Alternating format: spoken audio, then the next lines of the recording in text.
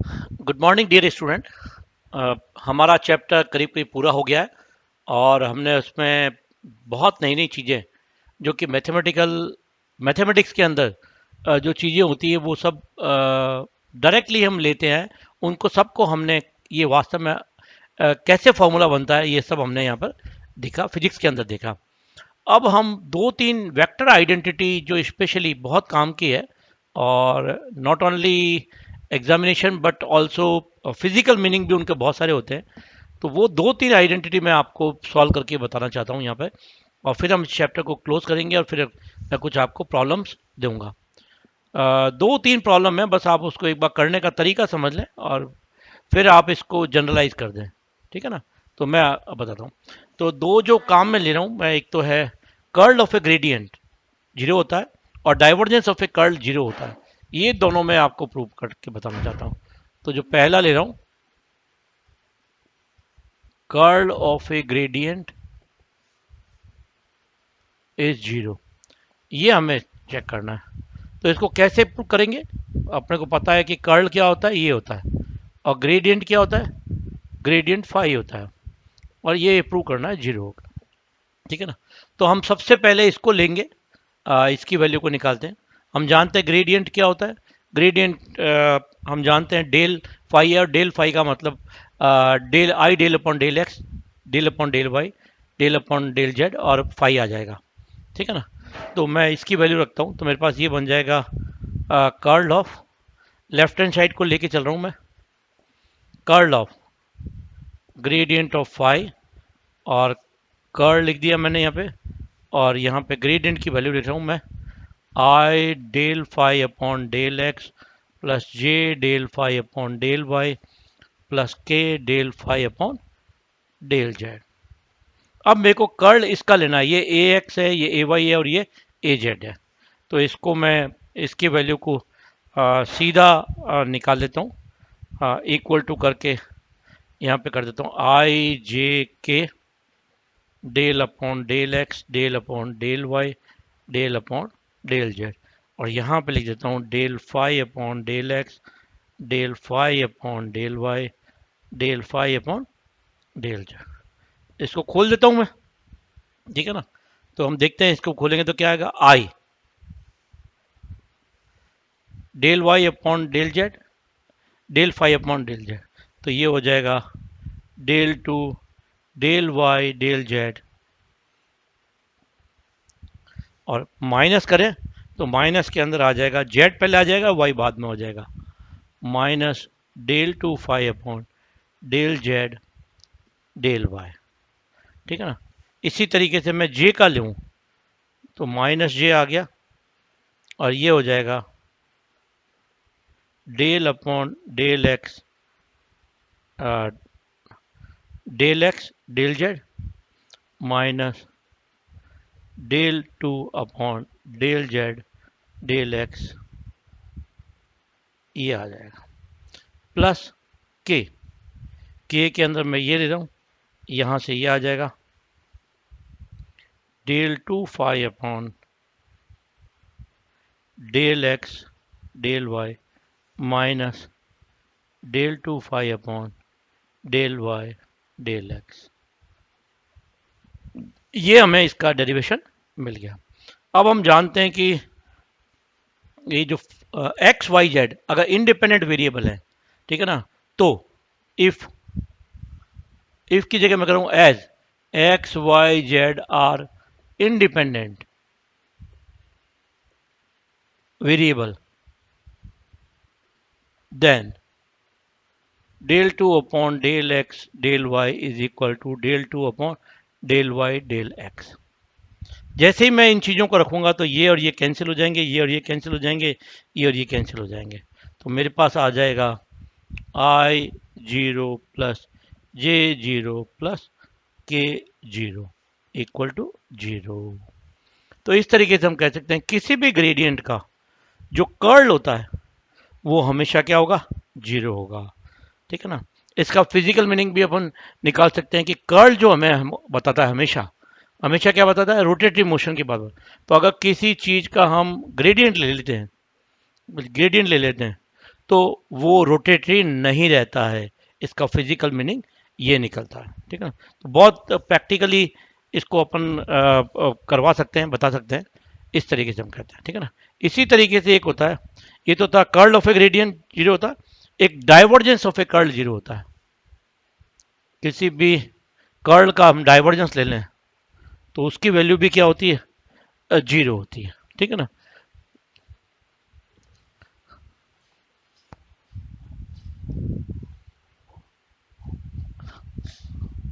उसको भी मैं करके बताता हूं। ठीक है ना। Divergence of A curl is zero. तो इसको कैसे लिखेंगे, divergence of A curl. Curl लेना तो मैं एक अननोन क्वांटिटी लेता हूं ए। ठीक है ना। ये क्या हो गया, जीरो हो गया। तो पहले मैं इसकी वैल्यू को निकालता हूं, फिर इसका डाइवर्जेंस ले लेंगे। ठीक है ना। लेफ्ट हैंड साइड लेता हूं मैं, और डाइवर्जेंस कर्ल ए। कर्ल ए की वैल्यू हम जानते हैं कि क्या होती है। ठीक है ना। मैंने कहा था आई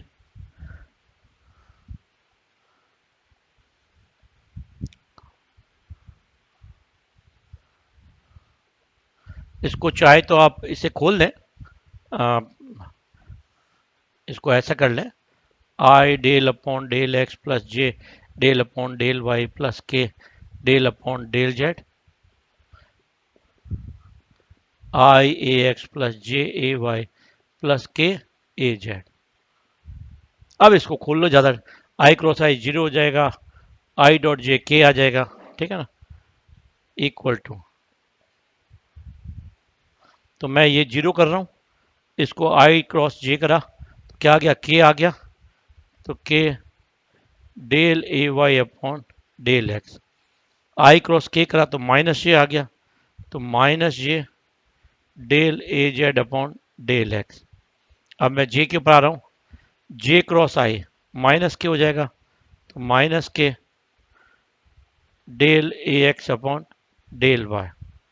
जे क्रॉस जे जीरो हो जाएगा, जे क्रॉस के प्लस आई हो जाएगा, और ये हो जाएगा del a z upon del Y. मैं के ऊपर आ रहा हूँ, के क्रॉस आई प्लस जे हो जाएगा, del a x upon del z, और के क्रॉस जे हो जाएगा minus I del a y upon del z, और के क्रॉस के कितना हो जाएगा, जीरो हो जाएगा।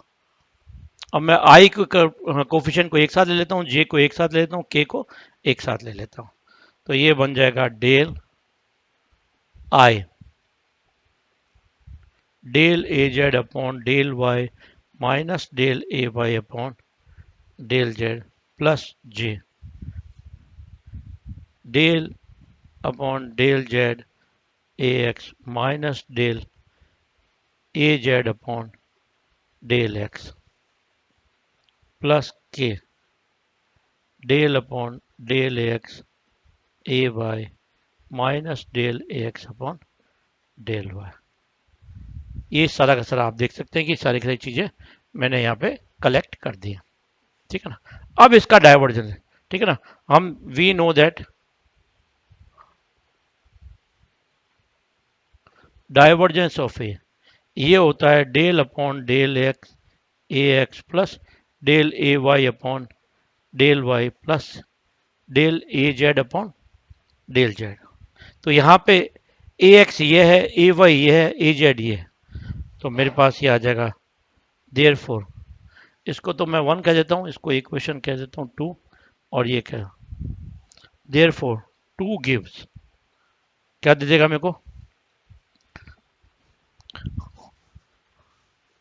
Del upon del x del a z upon del y minus del a y upon del z plus del upon del y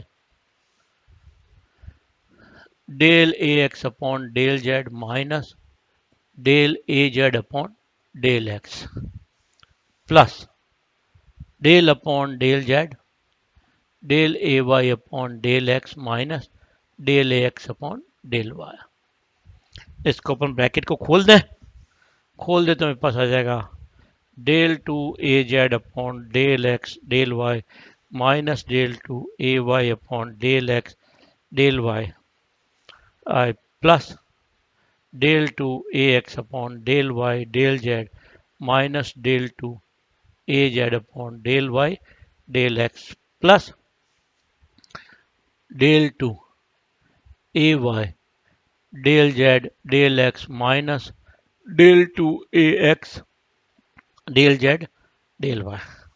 हम जानते हैं x y z independent coordinate है, तो इसको देखेंगे तो ये वाली क्वांटिटी इससे कैंसिल आउट हो जाएगी, एक प्लस की और एक माइनस की है, ठीक है ना। और ये जो ए वाई की टर्म है ये प्लस की है और ये माइनस की है, ये कैंसिल आउट हो जाएगी और ये ए एक्स की भी क्या हो जाएगी, कैंसिल आउट हो जाएगी। इसका मतलब कितना आ गया, 0 आ गया। तो ये अपने पास राइट हैंड साइड आ गया। बहुत छोटे छोटे से सवाल है ना, मगर बहुत इंपॉर्टेंट है, ये बहुत काम के हैं, है ना, बहुत अपने को आने भी चाहिए, है ना। बस आपको पेशेंस रखना और पेशेंस रख करके हम इसको बिल्कुल आसानी से सॉल्व कर सकते हैं, ठीक है ना। ऐसे ही बहुत छोटे छोटे से सवाल होते हैं जो कि और हमें काम में आएंगे और उसको करने से न केवल मैथमेटिक्स में अच्छे होंगे, फिजिक्स में तो फायदा होगा ही होगा, मैथमेटिक्स में भी स्ट्रांग हो जाएंगे, ठीक है ना। तो ये हमने इसमें यहाँ पे न्यूमेरिकल कुछ 2-3 करके ट्राई करें, ठीक है ना। अब आपको सवाल ऐसा भी आ सकता है कि show that this vector is a irrotatory. तो इररोटेटरी का मतलब है कि आप किसी का भी कर्ल ले लें और अगर वो 0 आ जाए तो वो हो जाएगा इररोटेटरी। तो ये ध्यान रखना है कि हम किसी चीज़ का कर्ल ले लें और कर्ल ले करके उसकी वैल्यू 0 आ जाए तो ये सारे के सारे हम प्रॉब्लम को सॉल्व कर सकते हैं, ठीक है ना। तो ये ध्यान रखना है, फॉर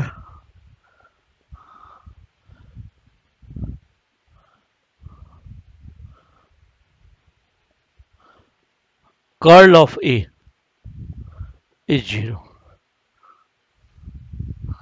ठीक है ना, ये ध्यान रखना है, बहुत छोटी छोटी बात है, ठीक है ना। और सोलेनोइडल फील्ड के लिए मैं आपको बता चुका हूं, ठीक है ना।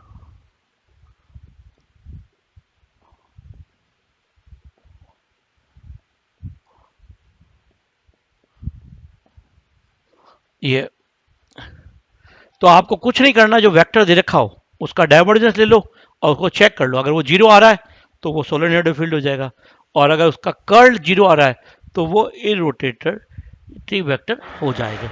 बहुत छोटी छोटी चीज़ें और बहुत काम की है। कुछ न्यूमेरिकल और भी हैं इसके, स्पेशली एक जो ज़्यादा काम आता है वो मैं जस्ट अपने अपने अगले लेक्चर में बताऊंगा और चैप्टर को क्या करूंगा, क्लोज करूंगा। Thank you very much.